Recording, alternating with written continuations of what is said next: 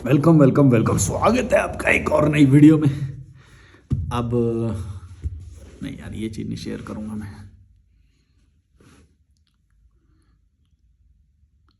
आप मेरे को कॉल कर सकते हो, डिस्क्रिप्शन में ईमेल और इंस्टाग्राम है मेरा।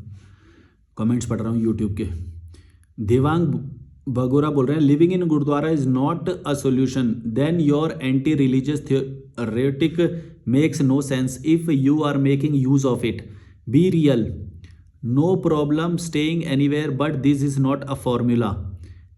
Another thing is safety concern. India earlier had concept of musafir khana or rain basera. Explore the other options too. एक सेकंड रुकना, वो आवाज़ थोड़ी गूंजती है ना, तो ये कुछ रख देने से आवाज़ थोड़ी कम गूंजेगी। Living gurudwara is not an solution, मैंने ये सोल्यूशन नहीं बताया, मैंने तुम्हें तरीका वो बताया है कि कभी कभी वो हो सकता है, और सोल्यूशन नहीं है ये तुम्हें किसने बोला। मैंने तो बहुत बार गुरुद्वारे में शरण लिए या वो लिए। और तुम ये जो बोल रहे हो ना कि तुम अगर उसके खिलाफ हो तो तुम उसका यूज़ क्यों कर रहे हो। देखो, फ़ायदा लेना चाहिए किसी भी चीज़ का, जो भी तुम्हारे उसमें आए। इसके लिए ज़रूरी नहीं है कि तुम 100% डिवोटी होगे उसके या वो होगे तभी उसका वो करोगे, ऐसा कुछ भी नहीं है। तुम को हर चीज़ में, ज़िंदगी में हर चीज़ का फ़ायदा लो, और जो भी तुम्हारे जीवन को आसान बनाने के लिए या वो करने के लिए फ़ायदा सब चीज़ का लो। उसकी जो नेगेटिव चीज़ें हैं उस चीज़ को छोड़ दो। तो समझ गए होगे मैं क्या बोलना चाह रहा हूँ। किसी भी धर्म को मैं मानता नहीं हूँ और ना ही मैं भविष्य में मानने वाला हूँ, लेकिन अगर मेरे को कोई खाना खिला रहा है या वो खिला रहा है तो उसके लिए मैं शुक्रगुजार रहूँगा और खाना खा लूँगा, उसमें कोई प्रॉब्लम नहीं है मुझे, और रहना भी। और बल्कि यहाँ से हमारा प्लान है, अभी पंचकुला गुरुद्वारा है एक चंडीगढ़ में, नाडा साहिब गुरुद्वारा, वहाँ पे शायद हम जाने वाले हैं। अभी दोबारा स्टे करूँगा, दोबारा खाना खाऊँगा। क्या कर लोगे मेरा, करके दिखा क्या कर लेगा।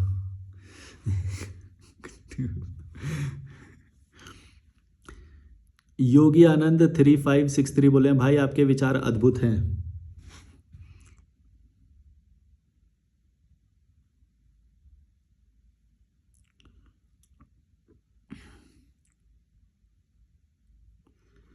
तमन्ना बेगम 1217 बोल रही हैं, सबसे मैन ऑफ मोस्ट बात तुम्हें किसने ये हक दिया पब्लिक को घटिया फालतू बोलने का। पता है तुम्हें, ऐसा क्यों लगता है कि तुम्हारे व्लॉग्स में कुछ बात है, इसके लिए लोग तुम्हें इतने टाइम देखे हैं, क्योंकि कुछ अजीबोगरीब पर्सन को भी एक बार लोग सुनना चाहते हैं। उसकी सोच कितनी अच्छी है या कितनी घटिया है, बस एक बार लोगों के प्रति तुम्हारा संबोधन भी सही नहीं, बात करने का तमीज़ भी नहीं, और सबसे ज़्यादा गलत जो माँ बाप को गलत बताया। आज इतना बड़ा पाल पोस कर फतूर करने लायक जो हो वो किसके बदौलत। शेम। तुम्हारी 2-3 बातें मेरे को समझ में आई, पर लैंग्वेज थोड़ी सी और बेटर करके लिखना अगली बार। सबसे मैं तुम्हारा ये किसने हक दिया, देखो किसने हक नहीं दिया, किसी ने हक देने की ज़रूरत नहीं है इस चीज़ के लिए कि मैं कैसे बात करूं या क्या करूं। इसके प्रति कोई लॉ नहीं है। अगर यूट्यूब के गाइडलाइंस में ब्रेक कर रहा होता तो यूट्यूब उसे डिलीट कर देता। किसी की भावना को आहत पहुंच रही है तो वो मेरे को नाम लिख के बताए कि किसका नाम लेके मैंने ये बात बोली है। मैंने कभी किसी का नाम नहीं लिया, और जो मेरी भाषा है वो मेरी भाषा है वैसी, और किसी को सुनना हो तो सुने वरना भाड़ में जाए। तुम्हें बहुत सोफिस्टिकेटेड, बहुत पढ़े लिखे या वैसी वाली भाषाएं सुनने आदत पड़ गई है ना तुम्हें। ये एक वो होता है, ये एक पैकेजिंग होती है, तुम्हें उस पैकेजिंग की आदत हो गई है कि हमेशा अच्छी तरह से बात करो ना। हमें बेइज्जत क्यों कर रहे हो, हमें बेइज्जत। अच्छी भी बात बता रहे हो तो सही से बताओ हमें भाई, सही से। जिसकी सुननी है तो तुम सही से वाले की जाके सुनो ना, तुम मेरी वाली क्यों सुनने आ रहे हो, और इतनी देर तक क्यों सुन रहे हो, और सुन के फिर कमेंट भी क्यों कर रहे हो। तुम क्या चाहते हो कि जो तुम्हारे से अलग जो विचार है वो एग्जिस्ट ही ना करें। ये तो फिर तुम मेरा अधिकार छीन रहे हो ना। मैं अगर बिलीव करता हूँ कि मैं जैसी भाषा बोलना चाहूँ मैं वैसी भाषा बोलूँगा, वो जो लीगल दायरे में है, तो फिर तो तुम मेरा अधिकार छीन रहे हो। समझ में आ रहा है तुम्हें। तुम ये कमेंट करके तुम मेरा अधिकार छीन रहे हो कि मैं कैसे बात करूँ। अगर बात करने में कोई क्रिमिनल ऑफेंस है तो तुम जाके मेरी FIR कर दो कि भाई ये ऐसे बात कर रहा है तुम्हारे बस की, कर दे। तेरे बस की हो कि भाई ये ऐसे बात करता है, ये तो गलत है, मानवता के खिलाफ है, ये सबको बर्बाद कर देगा, इसने मेरी पर्सनैलिटी को छिन्न भिन्न कर दिया है, इसने मेरे को बर्बाद कर दिया, आज के दिन मेरा पूरा मूड ख़राब कर दिया, इस चीज़ के लिए तो मेरी FIR करा सकता है तो करा के दिखा दे। है बस की, ज़्यादा पंगे मत लेना। मेरे को मत सिखाना कि क्या भाषा यूज़ करनी है क्या नहीं करनी है। मेरी मर्जी, मैं जैसी मर्जी करूँगा। तुम्हें अगर अच्छे की आदत है तो अच्छे वाले जाके सुनो। ये तुम्हें समाज ने आदत लगा दी ना कि इज्जत करे, हमारी इज्जत करे। यहाँ पे इज्जत नहीं मिलेगी। बिना इज्जत के आना है, नंगे होके आना है तो आओ, वरना भाड़ में जाओ। और क्या लिखा है, माँ बाप ने पाल पोस के बड़ा किया है, तो ऑप्शन है क्या उनके पास? एक बात बताओ, माँ बाप को पाल पोस के बड़ा करना ही पड़ेगा, तो पैदा किया है तो करना ही पड़ेगा।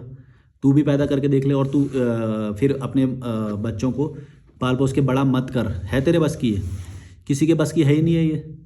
तू करके दिखा दे। और लेकिन सरकारी स्कूल में मत पढ़ाइयो, तू थोड़ा अच्छे में पढ़ा लियो। समझ गई या समझ गया जो भी है तुम्हें? तो हाँ समझ गई। नाम है ना तुम्हारा तो तमन्ना बेगम। बेगम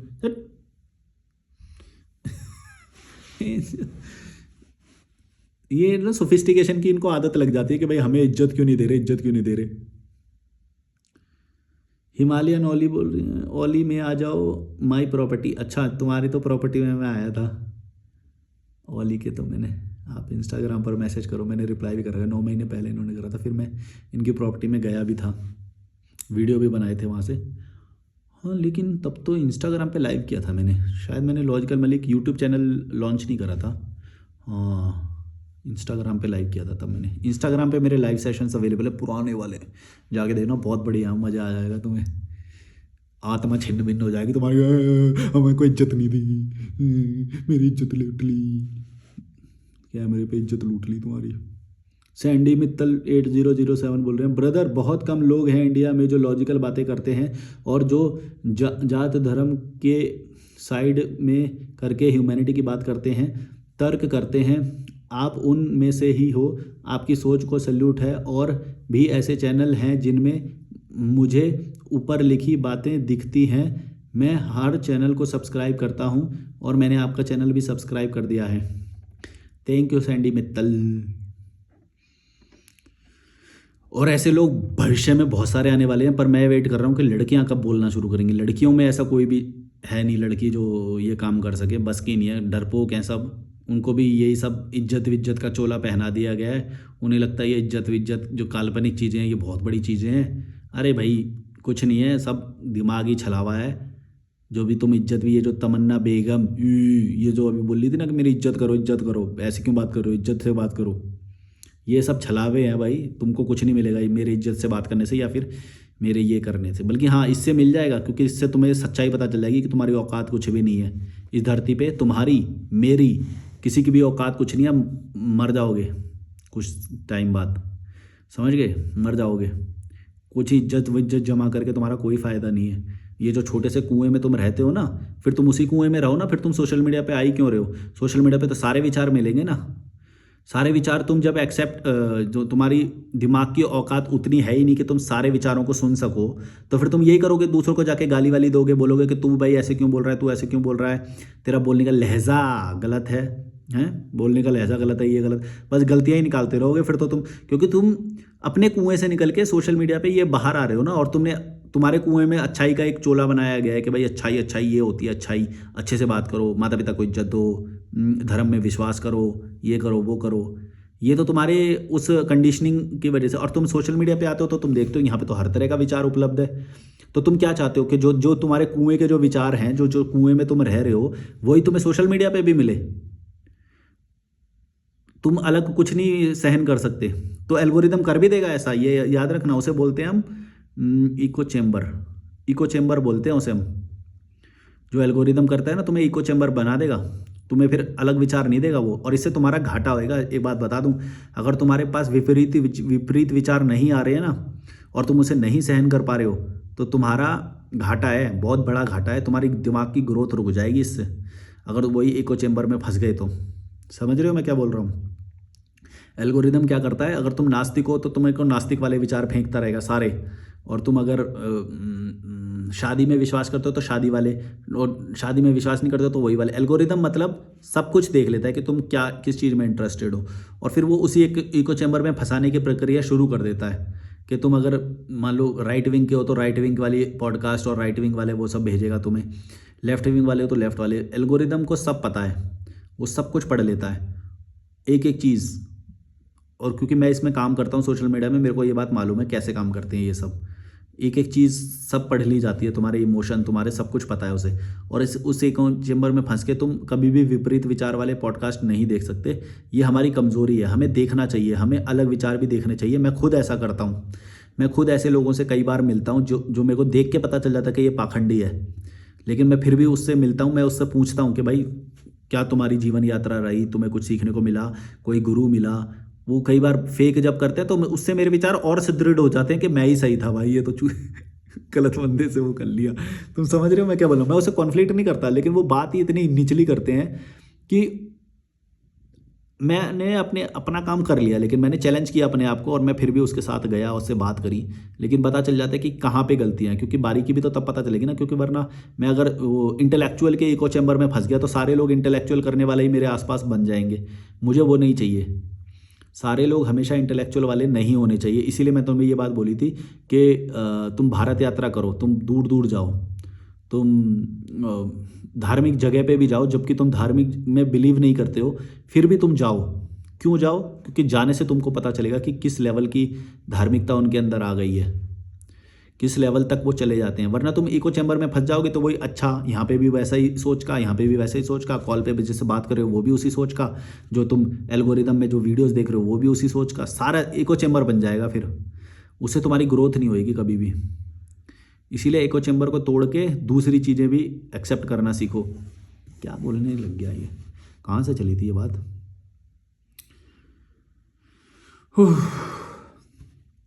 देवीना बोल रही हैं, लड़कियों के लिए कहाँ सेफ़ है? लड़कियों के लिए बहुत सारी जगह पे सेफ़ है, मैंने बता रखा है यूट्यूब चैनल पे भी। जो भी टूरिस्ट वाली जगह है वो सारी सेफ़ हैं। ऋषिकेश चले जाओ, मनाली चले जाओ, गोवा चले जाओ, सब सेफ़ ही है। अनसेफ सिर्फ तुम्हारा घर है, और कोई अनसेफ जगह नहीं है।